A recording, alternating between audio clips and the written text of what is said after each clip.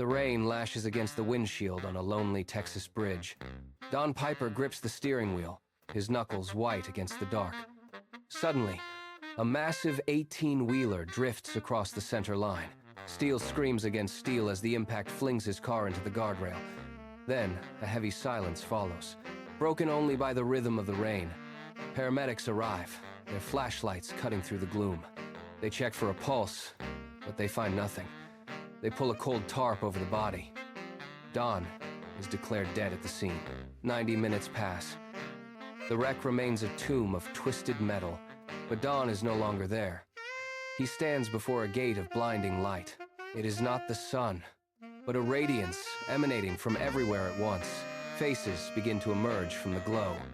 His grandfather reaches out, his expression fixed in eternal youth. A Sunday school teacher and old friends join him, their movements light and swift. Then, the sound begins. Thousands of voices rise in a symphony of praise. Every note is distinct, yet woven into a perfect, singular harmony. There is no shadow here, no pain. Only an overwhelming presence that pulls him forward into the light.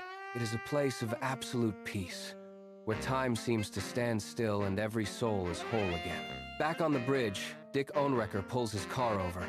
He ignores the warning that the man inside is dead. He crawls over jagged glass and kneels beside the wreckage. He begins to sing, "What a friend we have in Jesus." From the crushed metal, a faint, trembling voice joins the melody. The paramedic freezes, his hand pressed to Don's wrist. A pulse flickers. Don is pulled back from the gates of glory into a world of broken bones and cold metal frames. He undergoes 34 surgeries, trapped in a cage of steel to knit his body back together. The transition back to life is an agonizing labor. Don spends his remaining years describing the gate and the music that never ceased. He carries the weight of a memory that refuses to fade. Tonight, the question remains. If the road ends on a dark bridge, who will be waiting to greet you on the other side?